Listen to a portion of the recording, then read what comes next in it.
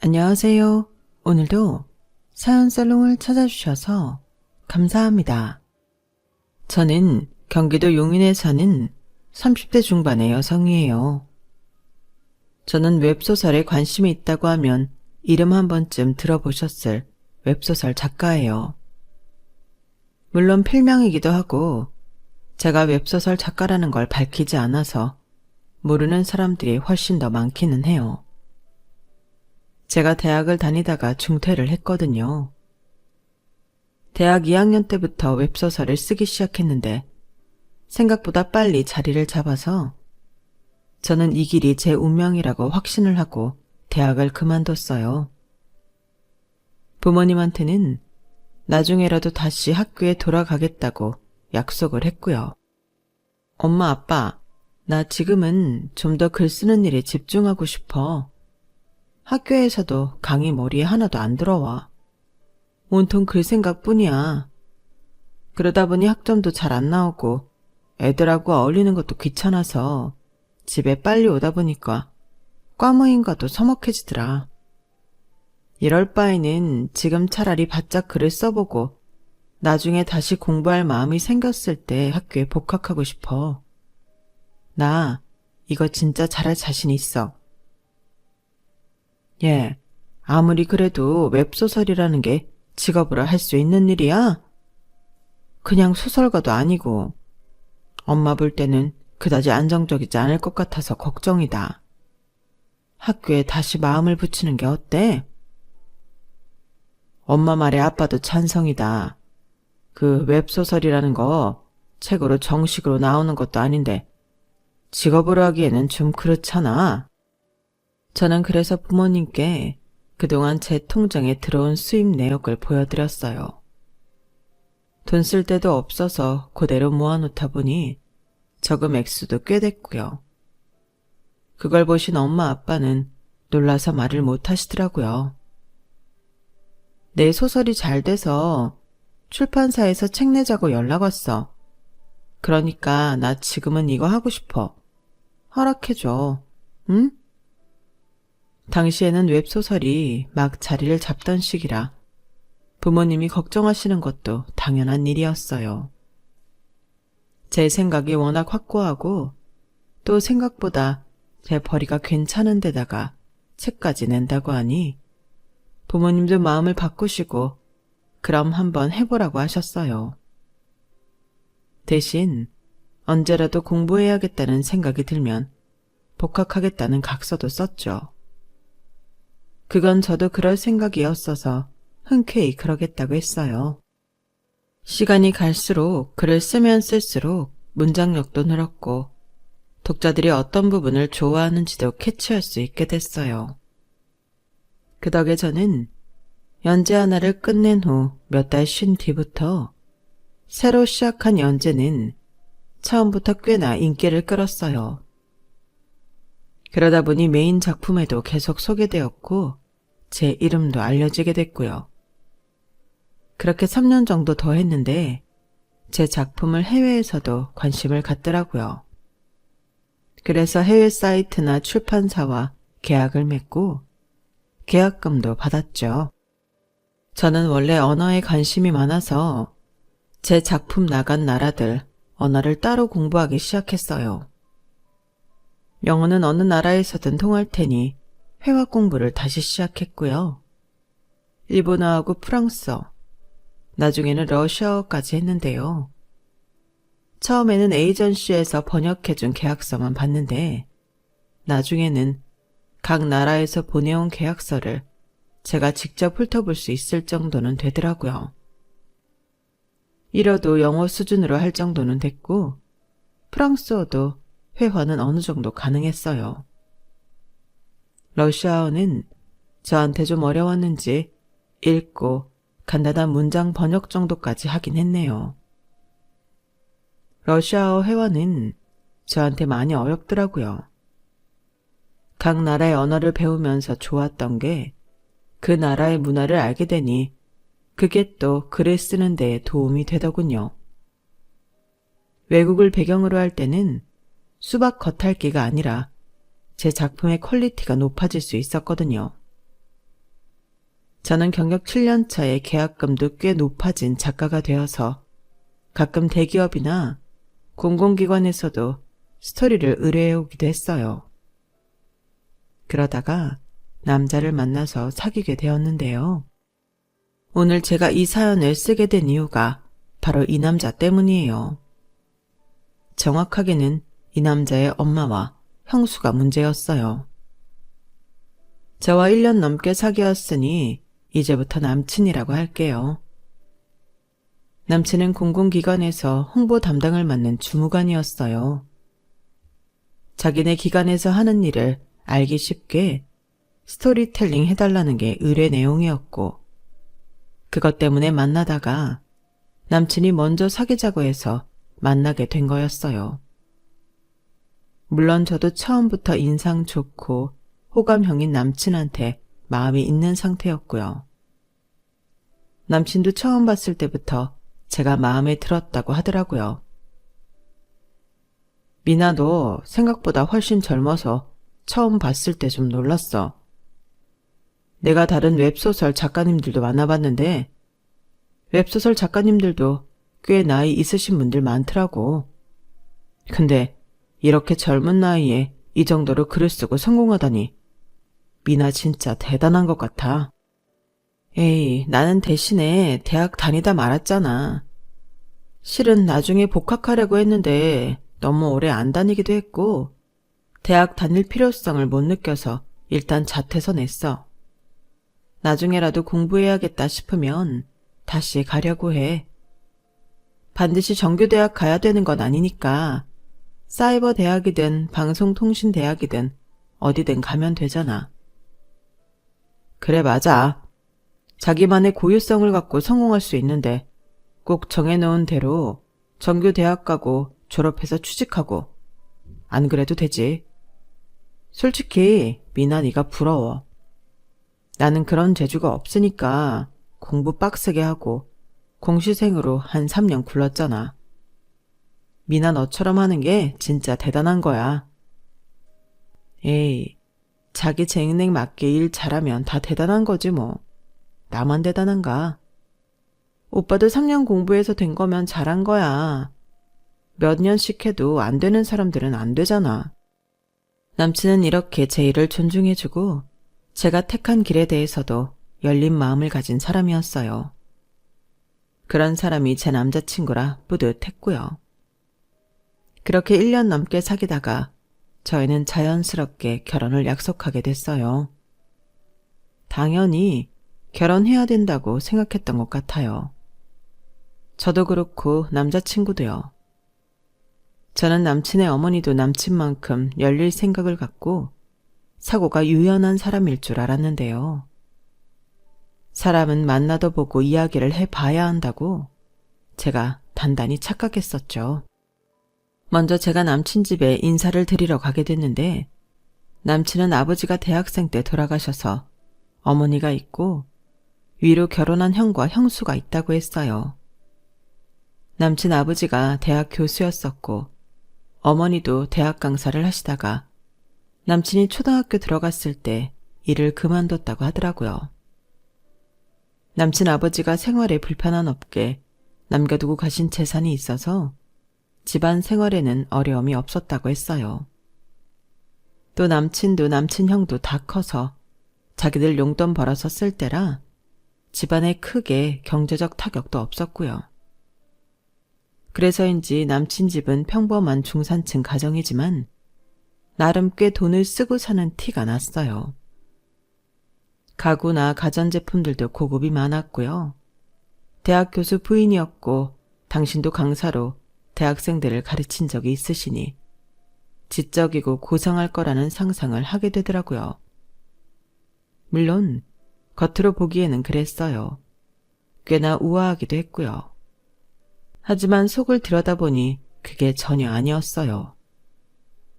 남친의 형수는 한술 더 떴고요. 음악 전공을 했다는데 동네 피아노 학원에서 파트타임으로 아이들을 가르친다더라고요. 그런데 둘 다 제가 대학을 중퇴했고 웹소설을 쓴다니 태도가 180도 싹 달라지는 거였어요. 남친 어머니는 제 앞에서 아주 민망한 말을 하더라고요. 형준이 너, 얘 대학 중퇴했다는데 그거 알고 만난 거야? 아니, 그러면 최종 학력이 고졸이라는 건데 너 고졸 만나고 다녔어?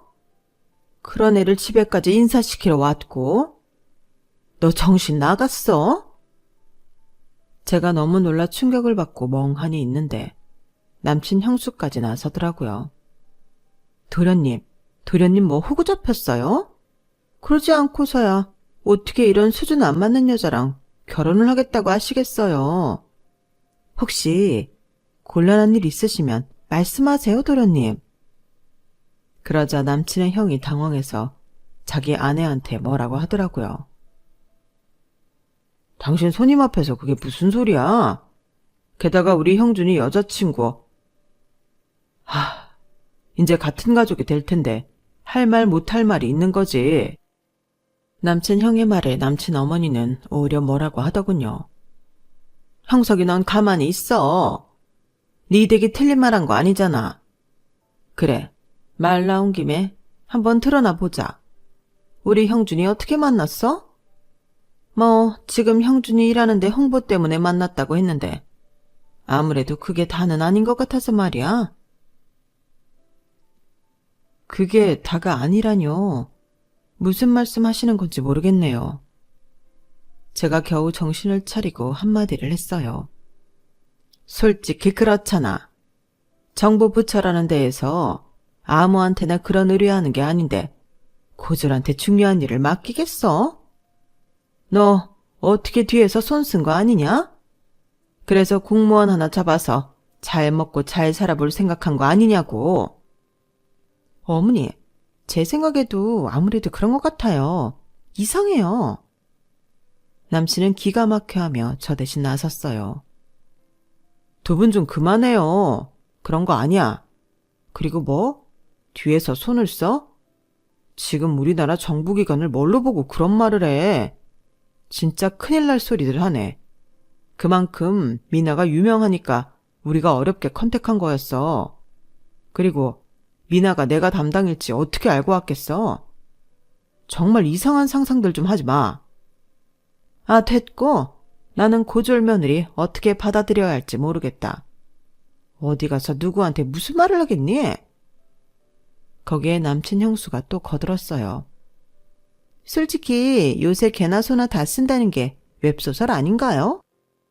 이게 돈 좀 번다고 하니까 아무나 다 달려들던데 돈 버는 사람은 그렇게 많지 않대요. 이봐요. 솔직히 말해봐요. 우리 도련님 물어서 편하게 먹고 살려고 꼬셨죠? 그리고 글이라는 거 나도 써봐서 아는데 그게 보통 힘든 줄 알아? 이렇게 대학 중퇴하고 그러는 사람이 할 수 있는 일이 아니라니까? 어떻게 학교를 다니다가 그만둘 생각을 하지? 뭐 사고 쳤지? 아니면 학사 경고 계속 먹어서 지적된 거 아니야? 어머 맞다 얘. 그랬나 보다. 아니면 요즘 세상에 미쳤다고 멀쩡하게 다니던 대학을 그만둔다니? 네 말이 맞다? 이러면서 자기들끼리 북치고 장구치고 하는데 남친이 그런 거 아니라고 화를 버럭 내고 남친 형도 자기 일 잘하고 있는 사람한테 그게 뭐 중요하냐며 한마디 하자. 그제야 조금은 수그러들었어요. 하지만 그 다음부터 두 사람이 보여준 행동이 가관이었어요. 어쨌든 남친 집에까지 왔으니 예의는 지키고 제 할 도리는 해야겠다 싶어서 밥도 같이 차리고 식사를 하게 됐어요. 그 후에 잠깐 남친하고 남친 형이 마트에 가서 과일을 사오겠다고 한 후에 정말 우스운 일이 벌어졌어요. 갑자기 남친 어머니랑 형수가 자기들끼리 영어로 대화하더라고요. 이게 무슨 황당한 경우인지 너무 어이가 없어서 두 사람이 뭐라고 하는지 못 알아듣는 척 지켜봤죠. 뭐 남친 형수가 미국에서 바이올린으로 2년 유학했다더니 그때 영어를 익혀둔 걸 써먹는 것 같더라고요. 남친 어머니는 원래 영어를 좀 했던 모양이고요. 어머니, 진짜 웃기지 않아요? 저 여자 너무 뻔뻔한 것 같아요. 여기가 어디라고 감히 결혼을 하겠다고 하여? 누가 아니라니? 형준이 걔는 어쩌다 눈에 콩깍지가 씌어서 저런 걸 데려왔나 몰라. 지가 뭐가 부족하다고 저런 모자란 대학 중퇴에 웹소설? 그런 희한한 걸 하는 애랑 결혼을 하겠다는 건지. 이거 100% 저 여자가 꼬신 거예요. 도련님 원래 순수하고 착하잖아요. 아이, 모르겠다. 제가 나 망신 주자고 작정했어. 대학 중퇴한 며느리 맞는다고 누구한테 청첩장을 줄 수 있겠냐고. 내가 정말 저런 수준 안 맞는 애를 집에 들여야겠어? 어머니, 그럴 게 아니라 우리 머리를 써야 해요. 그래, 우리 둘이 생각을 좀 해보자꾸나. 저는 눈앞에서 무슨 블랙 코미디가 펼쳐지는 것 같아 한심했지만 저를 어떻게 생각하는지 너무 뻔히 보이고 이렇게 대놓고 사람을 무시하는 행태에 결혼 생각이 싹 가시더군요. 어쩌면 그걸 바라고 그런 행동을 했는지도 모르겠어요. 제가 아무 말 안 하고 가만히 듣기만 하자 정말 영어 한마디 못하는 줄 알고 계속 짓거리더군요. 예, 쟤 봐라. 우리가 영어로 말하니까 한마디도 못하잖아. 저런 애랑 우리가 어떻게 얼굴을 맞대고 살아? 제 말이요, 어머니. 이건 진짜 너무한 것 같아요. 라는데 저는 웃음이 터져 나올 뻔한 걸 겨우 참았어요. 두 사람이 한다는 영어는 정말 기초적인 단어들이었고 대단한 문법이나 어려운 말을 쓰는 것도 아니었거든요. 게다가 남친 형수는 미국에서 공부까지 했다는 사람이 어찌나 쓰는 단어들이 저렴한지 유학 시절에 어떤 사람들하고 어울렸을지 안 봐도 알겠더군요. 거기서 제가 영어를 입에 올리며 확 기죽이고 싶기도 했지만 이미 그럴 마음조차 없을 만큼 저는 그 사람들을 상대하고 싶지 않았어요. 남친은 나중에 저를 배웅하며 미안하다고 몇 번이고 사과했지만 저는 결혼은 아무래도 못할 것 같다는 쪽으로 기울었죠. 그걸 어떻게 남친이 상처받지 않게 잘 말할 수 있을지 그게 고민이라면 고민이었어요. 남친하고 남친 형은 정말 좋은 사람들이었지만 제가 시댁에 가면 가장 많이 부딪힐 사람이 시어머니랑 남친 형수인데 그런 사람들하고 같이 있고 싶지도 않았고 두 사람을 감당해낼 자신도 없더라고요. 또 내가 뭐가 아쉬워서 그런 집에 시집가서 대접도 못 받고 사나. 그럴 바에야는 차라리 혼자 살면서 좋아하는 일이나 실컷 하는 게 낫다. 그런 마음이 들었어요. 그런데 정말 결혼이 하기 싫어져서 그런 일이 생긴 건지 마침 제가 택시를 타고 외출을 하다가 뒤에 차가 받는 추돌사고가 나지 않았겠어요. 저는 허리랑 목을 강하게 부딪혀서 일단 택시 기사님 연락처를 받아서 돌아왔는데요. 긴장이 풀리고 나니까 갈비뼈 있는 데가 너무 아프더라고요. 저는 물리치료 몇 번 받으면 나으려나 했는데 의외로 갈비뼈에 금이 갔다는 진단을 받게 됐어요. 그 외에도 허리 충격에 목 디스크 증상도 있어서 계속 병원에 한의원까지 다니며 치료를 받아야 했어요. 그 바람에 자연스럽게 남친이 저희 집에 오는 게 미뤄졌고요. 저는 차라리 잘 됐다고 생각하며 어떻게 남친한테 이 결혼을 안 하겠다고 해야 할지만 고민했어요. 그런데 어느 날 남친이 신이 나서 저한테 전화를 했더라고요. 미나야, 너 다쳤다니까 엄마가 너 맛있는 거 사주신대. 땡땡 백화점 식당가 예약하셨대. 거기 요즘 인기 많은 데라서 예약하기 어려운 데인데 특별히 너 잘 먹어야 한다고 형수한테 부탁해서 예약하셨다는 거야. 엄마가 너에 대해 마음이 바뀌셨나 봐. 너무 잘 됐지. 하지만 저는 남친 형수랑 남친 어머니가 갑자기 마음을 바꿀 리 없다고 생각했어요.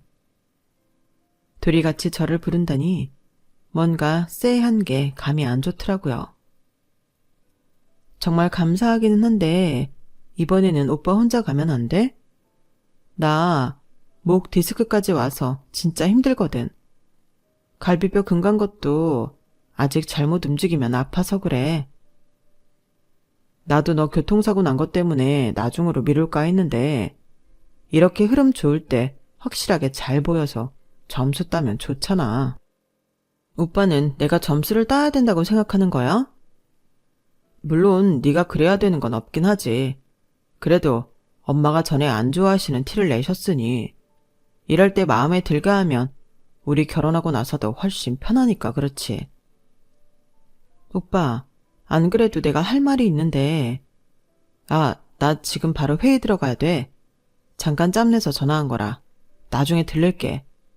그리고 내가 너 집으로 데리러 갈게. 그러면 괜찮지? 많이 안 움직여도 되고. 그럼 그날 보자. 이렇게 전화로는 제가 하고 싶은 말도 못하고 끝이 났고, 저 역시 아직 어떻게 말을 할지 완전히 정리가 안 됐기 때문에 나중에 말하자 싶었어요. 일단은 남친 말대로 남친 어머니가 보자는 식당에 가기로 했고요. 며칠 뒤 약속 날이 되어서 남친은 저를 데리러 집 앞에 왔어요. 저는 마지막이 될지도 모르는 자리이니 끝까지 예의를 지킬 생각에 꽤나 잘 차려입고 집을 나섰죠. 그 모습에 남친은 제가 자기 엄마한테 잘 보이려는 거라고 생각했는지 엄청 좋아하더라고요. 이렇게 명품 옷으로 차려입은 저를 보면 마음이 바뀔 거라나요? 솔직히 제가 자기 엄마한테 잘 보여야 된다고 하는 남친의 사고방식에 좀 실망했어요. 물론 양쪽 부모님께 각자 잘 보이고 싶은 마음에 더 행동을 조심하는 건 당연하다고 생각해요. 하지만 저 같은 경우는 대학 중퇴했다고 완전히 무시당하고 별 말 같지도 않은 소리를 다 들었잖아요. 그러면 자기 엄마랑 형수가 저한테 사과도 하고 두 사람이 잘못했다는 걸 확실히 해줘야 되는데 오히려 저한테 잘 보이라고만 하니 저는 빈정상했던 거죠. 아무튼 남친이 차를 주차한 후에 잠깐 업무 때문에 통화를 하게 돼서 저 먼저 시간에 맞춰 식당으로 올라갔어요. 그랬더니 아니나 다를까 남친 어머니와 형수가 저를 보더니 바로 영어로 대화를 시작하는 거였어요. 정말 누가 봐도 우스꽝스러운 모습이었어요. 다른 사람들도 있는 공공장소에서 되도 않는 영어로 대화를 하는 한국 사람들이라뇨. 요즘 영어 잘하는 사람들이 얼마나 많은데 그게 창피하지도 않은지 저 하나 망신 주고 무시하겠다고 이게 뭐 하는 짓인지 기도 안 차더군요. 어머니, 제 저거 진짜 안 어울리지 않아요? 지가 명품으로 도배를 하고 나오면 대학 중퇴가 대졸되나요? 진짜 돼지 목에 진주 목걸이라는 말이 딱 적어두고 한 말이네. 참, 어머니 친구분들하고 문학 모임 하신다고 하셨죠? 거기서 순수 문학 하시는 소설가 초빙하셔서 소설 쓰기도 한다고 하시지 않으셨어요? 제가 볼 때는요, 어머니가 쟤보다 훨씬 잘 쓰실 것 같아요. 어머니는 대학에서 강사도 하셨잖아요. 너 아무리 그래도 저런 애랑 나 비교하지 마라. 나 교양인인 거고 쟤는 아무 품격도 없는 쉬운 글사람 아니냐. 나도 그 웹소설인가 좀 알아보니까 진짜 아무나 쓰더라. 글 한 줄 아는 것도 쓴다고 설친대요. 내가 저런 걸 진짜 며느리로 들여야 하나? 까마득하다. 어머니, 그러니까 제 지레 포기하게 만들려고 오늘 이 자리 만든 거잖아요. 그러니 도련님 올라오기 전에 얼른 말씀 시작하시죠. 그래, 아무래도 그래야겠다. 이거 우리 아들 없을 때 빨리 말해버리고 쟤 포기하게 만들어야지. 저는 잠자코 두 사람의 유치한 짓거리를 보고 있었고 이윽고 남친 어머니가 저한테 종이를 내밀며 말했어요. 이거 우리 형준이랑 결혼하면 해와야 될 혼수 목록이다. 그리고 집이랑 차도 네가 해와야 된다. 알겠니? 우리 형준이 같은 월급 따박따박 나오고 잘릴 걱정 없는 직업 가진 남자랑 살려면 적어도 그 정도는 해야지. 혼수 목록은 무슨 막장 드라마 하나에서나 보던 의사, 변호사 아들 가진 엄마들이 여자한테 내밀 법한 그런 품목들이 적혀 있었어요. 게다가 24평 아파트도 내가 얻어야 하고 자기 아들이 타고 다닐 차도 제가 사야 한다니 무슨 이런 경우가 있나 싶더군요. 네가 대학 중퇴이면서 우리 집 같은 수준 있는 집안에 시집 오려면 이 정도는 각오해야지. 이걸로도 네 학력은 커버가 안 되는 거 알아뒀으면 좋겠다. 남친 어머니 말이 끝나자 이번에는 형수가 나서더라고요. 그리고 이거 내가 오다가 책 좀 골라봤어. 우리랑 수준 맞추려면 영어 공부 좀 해야 대화라도 하지 않겠어? 나랑 어머니 얘기하는데 지금처럼 계속 멀뚱멀뚱 쳐다만 보고 있을 거 아니잖아. 한마디라도 끼어들려면 지금부터라도 공부해야지. 대학 안 나왔으면 노력이라도 해야 되는 거야. 남친 형수가 건네는 종이백을 보니 기초 회화책에 기본 문법책이 2권 들어있더라고요. 공부에는 때가 있다고 하지만 때를 놓쳤으면 늦게라도 열심히 해서 우리 수준을 어느 정도 쫓아라도 와야지. 처음에는 쉬운 걸로 공부하다가 차차 레벨을 높이면 된다. 저는 이제는 끝내야 될 때가 왔다는 마음이 들었어요. 남친 마음을 최대한 상하지 않게 하려고 고민하다가 결혼 그만두자는 말을 못한 건데 더는 그럴 필요가 없겠더군요. 그래서 제가 영어로 이렇게 말했어요. 아, 이렇게 망신을 주면 제가 결혼 안 할 거라고 생각한 거군요. 참 생각한 수준이 너무 유치해서 뭐라고 말을 해야 좋을지 모르겠네요.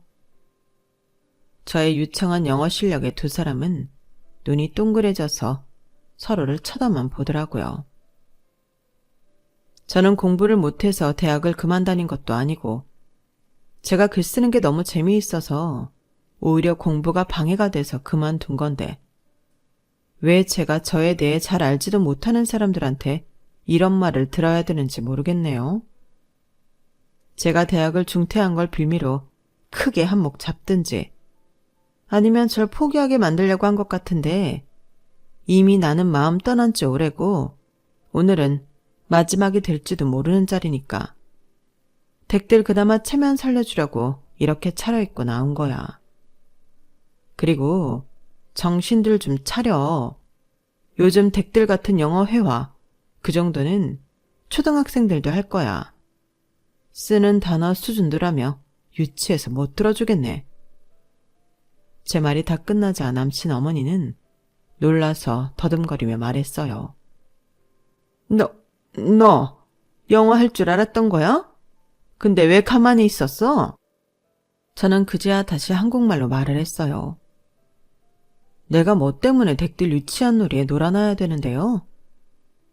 뭐? 유치? 글쎄 어디서 영어 단어 좀 찾으면서 달달 외워온 모양이네. 그런다고 우리가 눈 하나 깜짝할 줄 알아? 라는 남친 형수를 제가 무섭게 쏘아봤죠. 그랬더니 놀랐는지 움찔하며 고개를 움츠리더라고요. 거기요. 미국에서 음대 나왔다고 했죠. 제가 미국에 있는 친구한테 좀 알아봤는데 대기야말로 2년제 대학도 다니다 말았던데요. 그래놓고 누구 보고 뭐가 어쩌고 저쩌요? 나는 내일 열심히 하고 싶어서 그런 건데 댁은 자기 할 일도 제대로 안 한 거잖아요. 하긴 그렇게 놀기나 했으니 영어 단어 쓰는 수준이 무슨 유치한 초딩들 수준이지. 뭐야? 너 말 다 했어? 아니, 다 안 했어. 그리고 저는 그때부터 일본말을 시작했어요.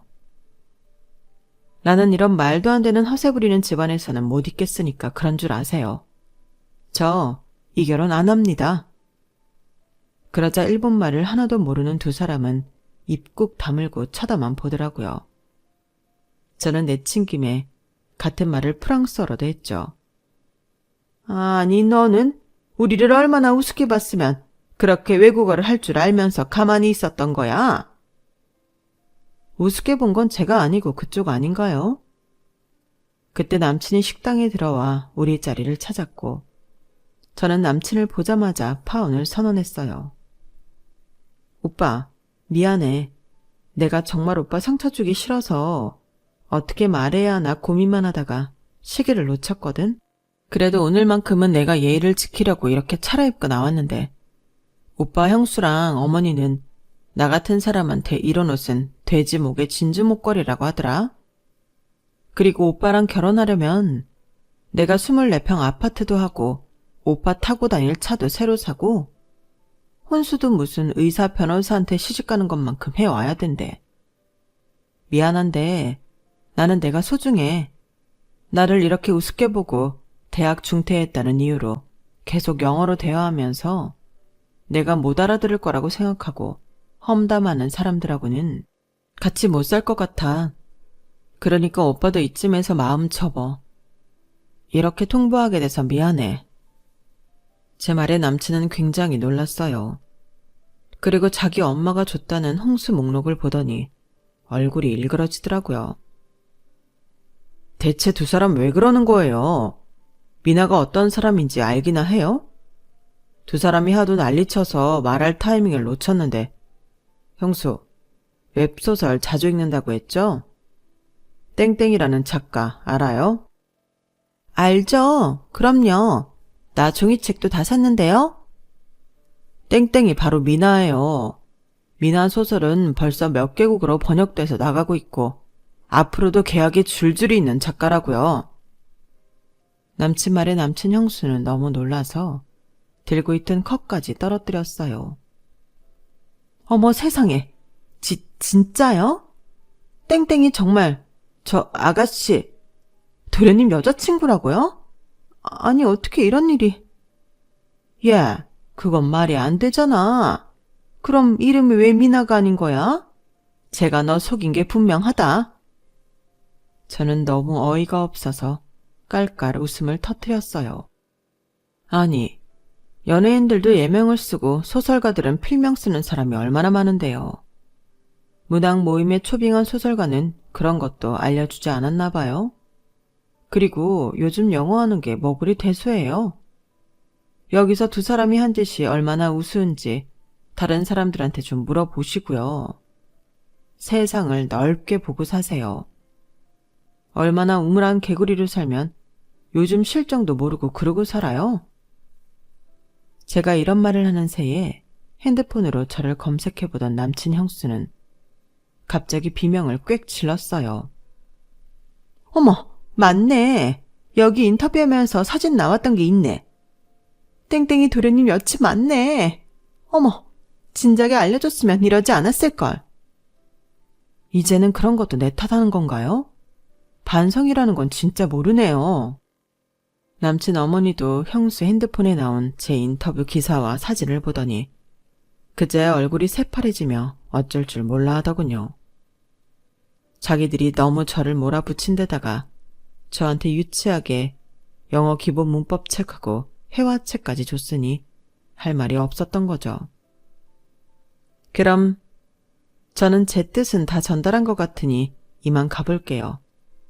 오빠 그동안 즐거웠어. 잘 지내. 나 먼저 갈게. 그러자 남친 어머니가 저를 붙잡더니 미안하다고 하더군요. 예, 우리 다시 차근차근 이야기해보자. 내가 정말 실수를 했다. 그러니 우리한테 다시 기회를 줄 수 있겠니? 이번에는 내가 정말 잘하마. 맞아요, 미나씨. 아니, 작가님. 제가 정말 큰 실수를 했어요. 우리 도련님은 정말 괜찮은 사람이잖아요. 저나 어머니 생각하지 말고 도련님만 보고 결혼하세요. 네? 싫은데요. 결국 두 분 얼굴 봐야 하고 부대끼며 살아야 되는데 저를 이렇게까지 망신 주지 못해 안달이 난 데다가 아예 결혼 포기하게 만들려고 말도 안 되는 혼수 목록까지 작성한 사람들하고 어떻게 잘 지내요? 저는 못 그래요. 제가 뭐가 모자라서 두 분을 보고 살아야 하나요? 저랑 오빠에게는 결혼의 인연은 없다고 생각하려고요. 진작에 그렇게 마음먹고 있었고요. 그러니까 두 분 마음에 드는 며느리감 잘 골라보세요. 그게 잘 될지는 저도 모르겠네요. 공무원이 아무리 안정적이라고 해도 제가 버는 거에 비하면 정말 적은 돈인데 돈만 따지면 저도 이 결혼 못하죠. 그러니까 이 결혼은 아예 없던 이야기로 할게요. 그리고 두 사람 앞으로 밖에서 영어로 대화하실 거면 발음도 좀 고치고 영어 단어도 수준 있는 거 외워서 쓰세요. 듣는 사람이 다 민망하니까요. 아시겠어요? 제 말에 두 사람은 얼굴이 새빨개져서는 고개를 푹 숙였어요. 남친은 화가 나는 걸 꾹 참으며 자기 엄마한테 이러더라고요. 엄마 때문에 내 결혼까지 깨진 거 나 두고두고 기억하고 있을게. 진짜 사람 창피하게 이게 뭐 하는 짓들이야?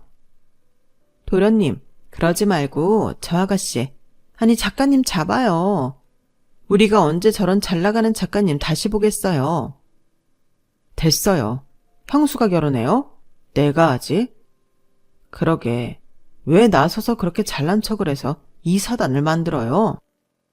두 사람 나 이번 일 똑똑히 기억하고 있을 테니 그렇게 알아요.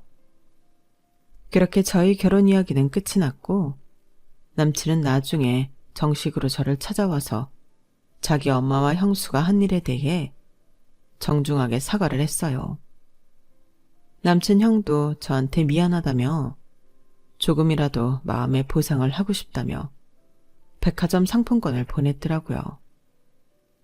아무튼 그렇게 저와 남친은 인연을 정리하고 헤어지게 됐어요.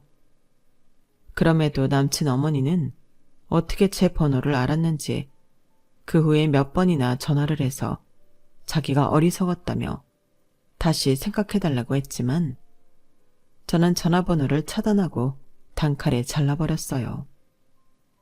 마지막으로 자꾸 이러면 경찰에 신고하겠다고 문자를 했네요. 이 일로 남친의 형까지 엄마와 사이가 안 좋아졌다고 하더군요. 남친의 형수는 그동안 미국에서 대학 졸업한 척하고 학원에서 선생 노릇 했는데 그게 들켜버려서 졸지에 백수가 됐고요. 저는 지금까지 글 열심히 잘 쓰며 혼자 잘 살고 있는 중이에요. 아직 다른 인연을 만나지는 못했지만 조급하게 생각하지 않으려고요. 인연에 집착하지 말라는 말이 있더라고요. 저는 그 말대로 제일 열심히 즐겁게 하며 지내고 있어요. 제 이야기는 여기까지예요. 다음에는 혹시 또 즐거운 사연으로 찾아뵐 수 있는 기회가 있었으면 좋겠네요. 들어주셔서 감사해요. 여러분, 사연 댓글에 응원과 현명한 조언 부탁드려요. 좋아요와 구독은 저에게 큰 힘이 됩니다. 오늘도 좋은 일 가득하세요.